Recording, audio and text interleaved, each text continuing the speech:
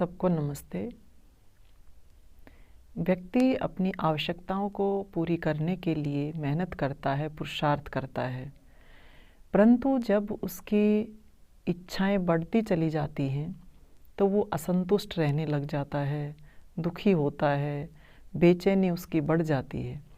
तो जब उसकी इच्छाएं बढ़ती चली जाती हैं और उस ईमानदारी से, पुरुषार्थ से उसका काम नहीं चलता, फिर वह गलत रास्ते पर निकल जाता है। और जब गलत रास्ते पर निकल जाता है, भले ही उसके पास सांसारिक संसाधन बहुत ज़्यादा हो जाएं, ऐश्वर्य बहुत ज़्यादा हो जाए, ऐश्वर्यशाली बन जाए, परंतु वह पाप की ओर अपने जीवन को बढ़ा देता है, पाप का जीवन उसका हो जाता है। तो गीता में ये कहा है कि कौन व्यक्ति है जो पाप से बचता है। उसके लिए सबसे पहले यही बात आई है कि निराशीर्यत चित्तात्मा त्यक्त सर्व परिग्रह शारीरम केवलम कर्म कुर्वन्न आपनोति किल्बिषम। सबसे पहले कहा निराशी, कि फल की आशा न रखते हुए चित्त व आत्मा को संयत करते हुए त्यक्त सर्व परिग्रह, कि सब प्रकार के भोग साधनों के संग्रह करने की भावना को त्यागते हुए कोई उसको, ऐसा व्यक्ति जो होता है उसको कोई भी पाप नहीं लगता। 3 बातें बताई। सबसे पहला कि किसी भी फल की आशा अपने मन में ना रखे।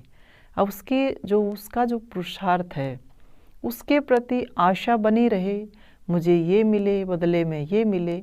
तो ये कहा, एक तो ये भाव हमें रखना नहीं है, क्योंकि आशा जो होती है, इच्छा जो होती है, इच्छा ही दुख का कारण बनती है। तो कहा आशा से रहित हो करके कोई भी कार्य वो करे। दूसरी बात आई है इसमें कि वो अपने चित्त और आत्मा को, इंद्रियों को अपने वश में करके चले, संयमित करके चले।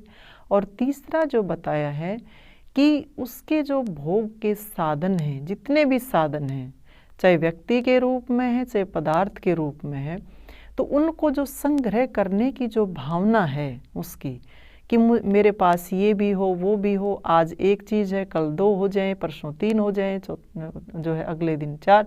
तो ऐसे जो है हम अपने उन भोगों को और ज़्यादा बढ़ाते चले जाएं।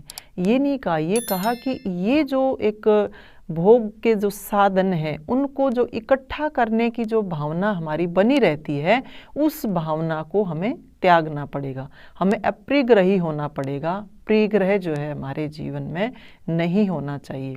तो कहा ऐसा व्यक्ति जो है वो पाप से मुक्त होता है।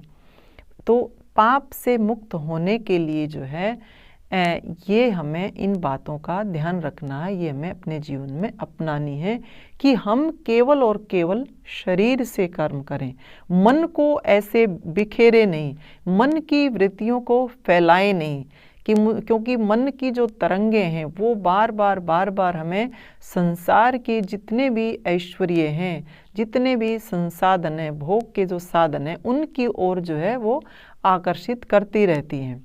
तो ये कहा इनको जो है अपने अंदर समेटें, इंद्रियों को वश में रखें, चित्त को जो है कभी भी चंचल ना होने दें, बिल्कुल समता बना करके रखें। और सबसे बड़ी बात यही है कि हमें अप्रियग्रही होना है, विचारों से भी होना है और वस्तुओं से भी होना, हर प्रकार से अपने आप को खाली रखना है। क्योंकि जितना ज़्यादा हम इकट्ठा करते चले जाएंगे, चाहे वो किसी भी रूप में इकट्ठा करें, जितना इकट्ठा होगा उतनी ज़्यादा लालसा जो है हमारी बढ़ती चली जाएगी, लालच बढ़ता चला जाएगा। और जितना ज़्यादा लालच जो है हमारा बढ़ेगा, उतना ही ज़्यादा हम पाप की ओर प्रवृत्त होते चले जाएंगे। तो हमें पाप से मुक्त होना है, पाप से जो है अपने आप को परे हटाना है। तो इन 3 बातों का विशेष रूप से ध्यान रखना चाहिए कि आशा, इच्छा जो है वो ज़्यादा हम रखें नहीं, काम करते रहें, कार्य करते रहें, अपने मन को, अपनी इंद्रियों को हमेशा संयमित रखें, संयम में करके चलें। और अप्रियग्रह का भाव जो है वो हमारा होना चाहिए, जोड़ने का नहीं, बांटने का जो भाव है हमारा वो होना चाहिए। त्याग की प्रवृत्ति हम सबको बनानी चाहिए। तब व्यक्ति केवल शरीर से कर्म करता है तो ऐसा व्यक्ति पाप से हट जाता है, पाप से परे हो जाता है। जब पाप से परे होगा तभी उसके जीवन में सुख आएगा, खुशियाँ आएंगी। इन्हीं शुभकामनाओं के साथ आप सबका धन्यवाद। सबको नमस्ते।